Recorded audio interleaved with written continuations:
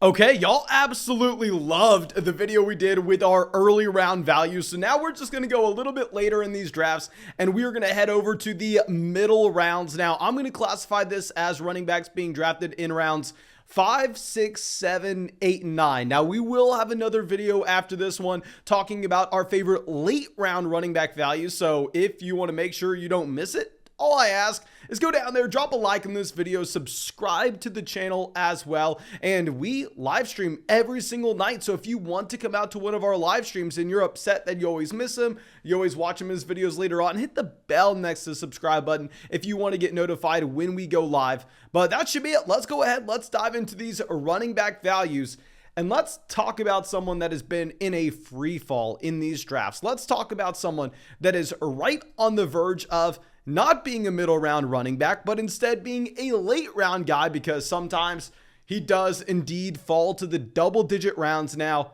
Cordell Patterson. Now, before we talk about the positives with Patterson, let's talk about the red flags, because there are so damn many. I mean, if y'all remember how we were firing up those underdog drafts at the very beginning of the offseason, Cordell Patterson was going inside the top 5 rounds. And I was looking around going, okay, guys, y'all realize that this was a complete outlier for a running back in his 30s. Like, we should not be that confident to draft Cordell Patterson as your running back 2, as your running back 1. If you want to go wide receiver heavy, no, that's a horrible idea. Because if we go through and look at Cordell Patterson, hell, through his first 8 seasons in his NFL career, the man had a total of 167 carries.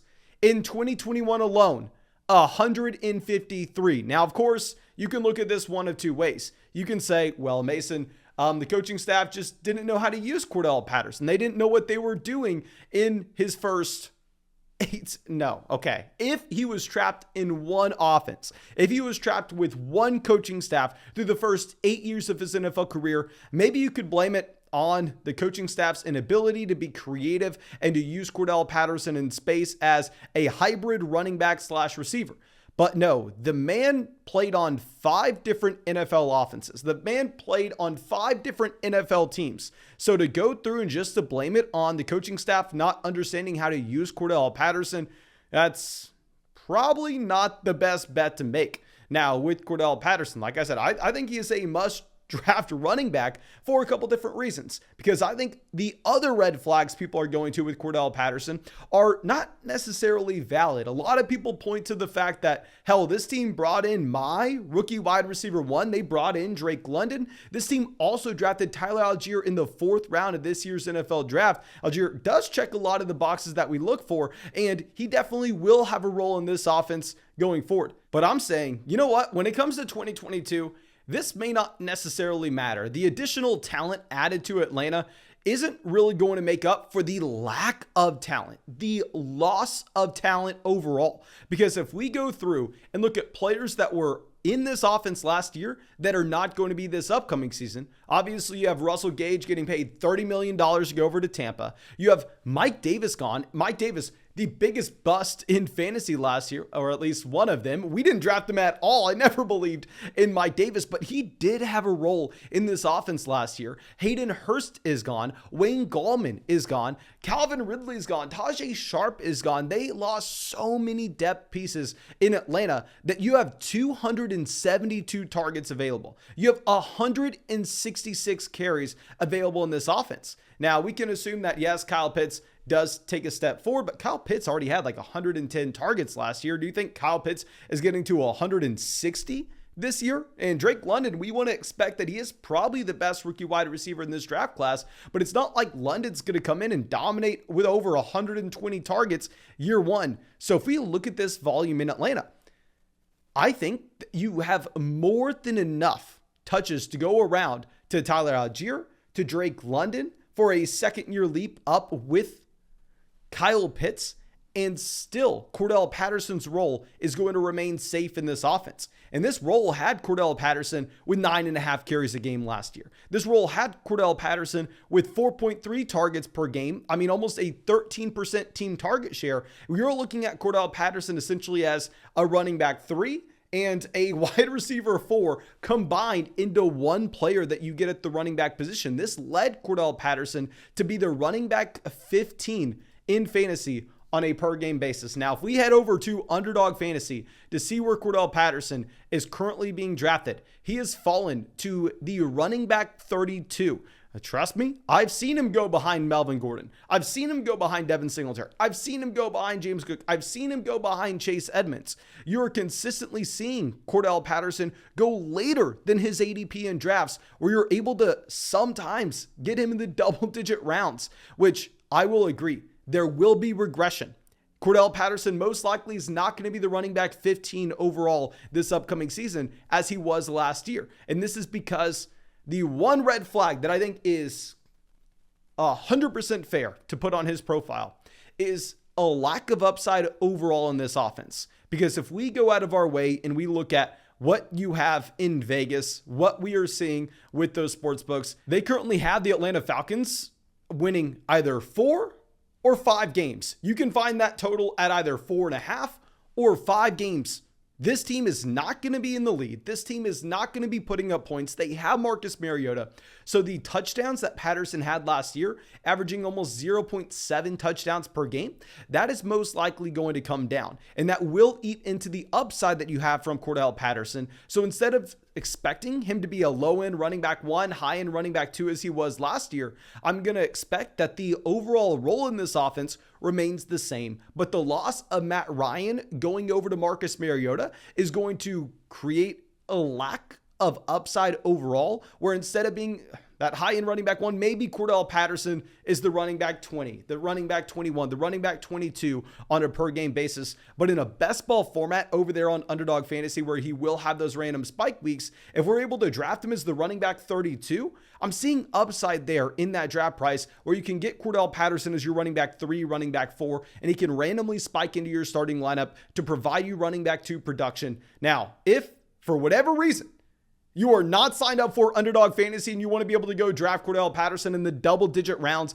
make sure you go to the link in the description. Go sign up for Underdog Fantasy. Use promo code FLOCK when you sign up for Underdog Fantasy, and they will match your first deposit dollar for dollar up to $100. On top of this, you'll get my 2022 rankings, our Dynasty rankings, Dynasty Rookie rankings, Dynasty Rookie Draft Guide. Most importantly, you can have a ton of fun in these fantasy football drafts. Draft with us in the live stream as we do every single day. Draft in the public lobby. Get paid to test out these fantasy football drafts, because I promise you, you will be addicted and you will eventually draft over 200 teams like I have already this offseason.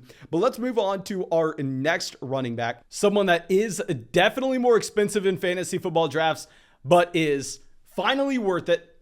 David Montgomery. Now, with David Montgomery, I am sure y'all have seen me drafting him on the live stream over and over and over again. For that reason, I don't want to spend too much time on it because I've already said I feel like everything there is to say about David Montgomery. Yes, he was viewed as a player a long time ago when he came into the NFL, someone that maybe didn't have that much upside, as someone that had a high floor based on the workload he can see, but doesn't have the athletic profile where he can ever be a top 10 running back in fantasy. Well, he debunked this in 2020 when he was the running back 6 on a per game basis in a bad Chicago Bears offense. He did this with volume, and he didn't really have an unsustainable touchdown rate. He only scored 0.67 touchdowns per game. That's sustainable. You can project that even in a horrible Chicago Bears offense this upcoming season. But he did this by averaging 16.5 carries, by averaging 4.5 targets per game, and averaging over 100 total yards a game in Chicago. The only other running backs that outscored him this season were Alvin Kamara, Dalvin Cook, Derrick Henry, Aaron Jones, and James Robinson. That is a running back that has upside. And on top of this, if you're looking at David Montgomery, this is a player that you are getting a discount on based on people projecting Khalil Herbert to all of a sudden have a role in Chicago, when there's been nothing to indicate that Herbert is going to have any type of role whatsoever. Now, yes, he looked great in his few game stretch with no David Montgomery in this offense last season. But once Montgomery came back, where you would assume this coaching staff saw Herbert looking impressive, they, instead of giving Herbert a 40% workload, instead of giving him 30% of the touches out of this backfield, they said, you know what, man, you're nothing compared to David Montgomery. Go sit on that bench. We'll call you up when David Montgomery needs a breather. And his carries per game, once Montgomery came back, went to 4, 1, 4, 4, 1, 0, 2, 2, and 4. The man had no workload whatsoever. It was all David Montgomery's. And here with David Montgomery, my issue historically with him is the opportunity cost. If y'all remember last year, you had to take David Montgomery in the second round. You had to take David Montgomery in the third round ahead of some top level wide receiver talent. Now I'll say, oh my gosh, I was an idiot. I was out there telling people to go ahead and draft Robert Woods instead, thinking I was some genius. No, of course, that was moronic. But now you're looking at the opportunity cost of David Montgomery and saying, hell, it's not much at all. On Underdog Fantasy right now, you currently have David Montgomery as the running back 20, going behind, listen to this, Gabriel Davis, going behind Metcalf, going behind Allen Robinson, going behind Terry McLaurin, going behind Jerry Jeudy. Yes, on Underdog Fantasy, wide receivers king, but no, not those guys. That's a flat tier of nothing with not much upside, where Montgomery has the upside and the floor that you know he's a profitable pick here. He's going directly before Rashad Bateman, going directly before Brandon Cooks. So while, yes, this is a bad offense, y'all know I am a Justin Fields hater. I've always been a Justin Fields hater. Very similar to what we were talking about with Breece Hall in the video a couple days ago. While, yeah, I don't like Zach Wilson either, these running backs that you can project to be bell cow level players, it's not like the wide receiver position. They can still be elite, even in a bad offense, based off of volume, which we should expect that David Montgomery has this upcoming season, because there's been nothing to tell us anything else. Now let's go to another player that I wasn't really drafting that often whenever these contests first kicked off, to now someone that, hell, he's going down because of training camp reports, and I'm all about it, Kenneth Walker. Now with Kenneth Walker, this was a running back that was selected at the top half of the second round in this past year's NFL draft, a running back that's going to Seattle that checks a ton of the boxes that we are looking for. He has the draft capital, pick 41. He has a great BMI indicating that he can handle a 3-down workload, BMI over 31. I mean, we see this in his final season in college, transfers to Michigan State. The man has 263 carries through only 12 games played. You combine that with the size, then you know, hell, this is a running back that can handle 20 touches a game at the NFL level. He also was an elite level athlete, which at wide receiver, at quarterback, at a lot of different positions, of course, 40-yard dash time is not going to translate to raw fantasy production. 40-yard dash time at wide receiver is non-predictive. At running back, it is. At running back, we've done extensive research. I've written over 130 pages of our Dynasty Rookie Draft Guide proving that the 40-yard dash time matters at the running back position. It's inarguable. The man ran a 4.38. He declares early for the NFL draft. He checks almost every single box we want to see, except one. I will admit, Kenneth Walker, he's not going to be a good pass catcher. Okay, here with Kenneth Walker, that's baked into his price though. We understand that, hell yeah, I mean, if you only had a 5.4% team target share, then you're going to be someone like Derrick Henry, you're going to be a Nick Chubb, you're going to be a Ronald Jones at the next level, you're going to be someone that's not really catching passes. But he doesn't have to exceed this price point. He's currently going at pick 90 on Underdog Fantasy, going directly behind Allen Lazard, Christian Kirk, Tony Pollard. Like, I don't understand the thought process to take Tony Pollard over him. Whereas, yes, Tony Pollard may have a higher ceiling in that Dallas Cowboys offense. If the starter were to go down, we know that Ezekiel Elliott really has never missed time in his NFL career. And on top of that, with Tony Pollard, he's not going to supplant Ezekiel Elliott outside of an injury. And right now, people are going to say the same thing about Rashad Penny. Reports coming out of training camp are that Rashad Penny is the running back one here in Seattle. It's Rashad Penny's job to lose. But unlike Ezekiel Elliott, Rashad Penny has a long history of injuries. And maybe I am just salty. Maybe I've just been burnt by Rashad Penny year in and year out. I've always believed that he was an elite talent. But if we go back and we look at that 2018 draft class, just to give you some context of how long ago that was, running backs that were in that 2018 class, guys like Nick Chubb, Ronald Jones, who's on his second team, Saquon Barkley, I mean, someone else, Darius freaking Dice. Like, think about how long ago that was. And let me ask you this. How many games has Rashad Penny started in his NFL career? 6. The man has started 6 games. That was at the very end of last season, so everybody remembers it. The man was a league-winning running back, and he has the talent to be. The issue with Rashad Penny is not the lack of ability, it's the lack of ability to stay healthy. With Penny, I wouldn't be surprised if he didn't make it through training camp. I wouldn't be surprised if he didn't make it through the preseason. This team only gave him a 1-year contract, and they went out of their way to draft Kenneth Walker at the top half of the second round. So I'm expecting that by the time we get to week 6, by the time we get to week 7, you have Kenneth Walker starting over Penny, regardless of if that's due to injury, which in my opinion is probably likely, or if it's just due to Kenneth Walker having the team investment, this team not necessarily playing for this season and going, hell, let's see what we have with the rookie that we just invested into. Now, there are 100% more red flags based on the fact that this is an atrocious offense. Like, it's funny to see that we are just talking about running backs in this video outside of our last guy that are in horrible offenses overall. You have Chicago, you have Atlanta, and now we are talking about this very bad Seattle Seahawks offense that we know is going to try to run the ball over and over and over again. But if you go through and look at PFF is projecting this team to have the worst offensive line in the NFL. So we need to 100% be concerned about the overall efficiency, the overall red zone opportunities that running backs in this offense can have. That's baked into the price of Kenneth Walker going behind Allen freaking Lazard. And here, if we're looking at Walker, as I said with Montgomery, as I said with Patterson, if we are talking wide receivers, 100% I'm willing to look at certain teams and say, oh, you play for the New York Jets, you play with Zach Wilson, the passing efficiency is going to be so far down. I don't want to completely scratch you off my board, but I want to move you down accordingly, or I'm not too interested in drafting you. Running backs can overcome it based on volume. I'm buying into Kenneth Walker. And now our last running back, someone that y'all know I can't stop talking about, will never stop talking about, Josh Jacobs. Now, here with Josh Jacobs, very similar to David Montgomery. I never thought I would be the guy just pounding the drum day in and day out for Josh Jacobs, as this was a running back coming out of Alabama that was selected in the first round.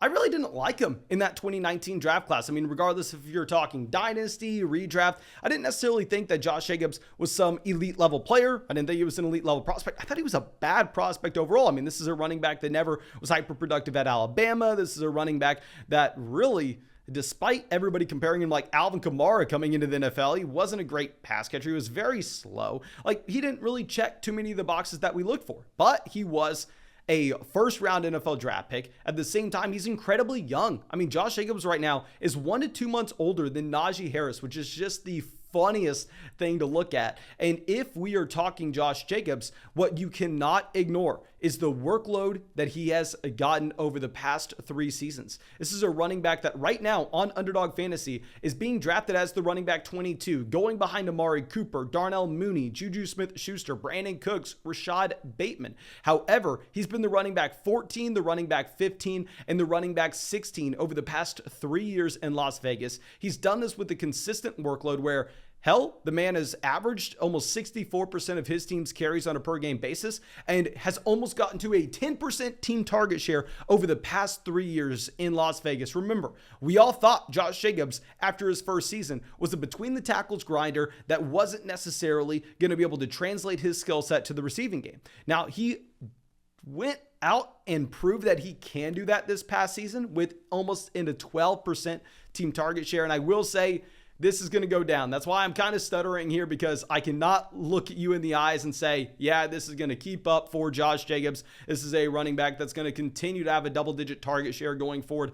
No, the reason he had that bump up in usage, very similar to Hunter Renfrow. When you have Henry Ruggs going away for the year, when you have Darren Waller injured, I mean, Derek Carr drops back to pass, and what are your options? You have Hunter Renfrow over the middle, you have Bryan Edwards on the outside, and you have Josh Jacobs out of the backfield. Of course, when those are your 3 options, Josh Jacobs is going to all of a sudden be used more as a receiving running back. So I do expect that this overall target share does come down, but who knows? Maybe Devontae Adams and Darren Waller coming back in make this a more productive offense overall, and there are more red zone opportunities for this team and Josh Jacobs, and he doesn't have to be as good as he was last year to still return value on his ADP. And if we go ahead and we look at the investment that this team made into Zamir White this offseason, I know it will scare some people. You hear, oh, Zamir White running back out of Georgia, split the backfield with James Cook. Zamir White was a high pedigree player coming out of high school. A lot of people know his name.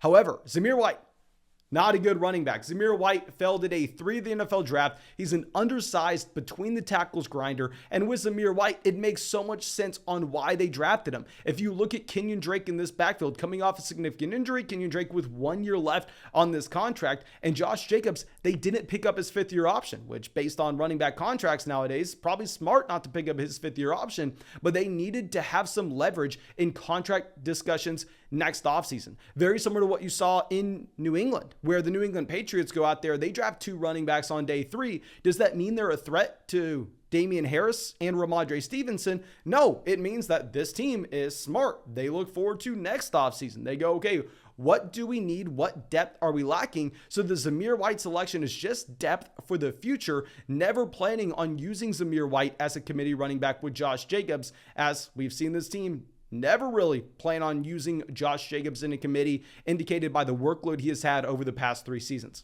Now, thank you, of course, for being a part of the Flock Sport on the channel. If you enjoyed this video, go down there, drop a like, subscribe to the channel if you want to join the flock, if you want to be a part of our awesome community.